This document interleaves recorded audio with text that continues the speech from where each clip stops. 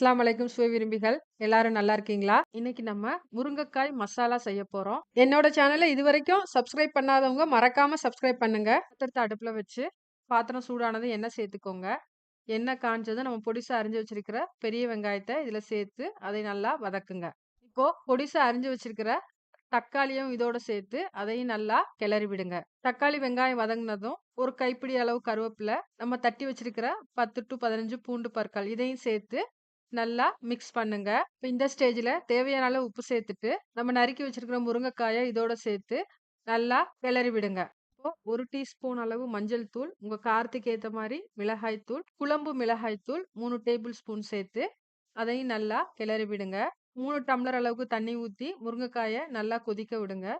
முருங்கைக்காய் நல்லா வெந்து இந்த மசாலாலாம் சுண்டி நல்லா பெரண்டு வரட்டும். கடைசியா கொத்தமல்லி இலைகள போட்டு இறக்குங்க. என்னோட சேனல மறக்காம சப்ஸ்கிரைப் பண்ணுங்க.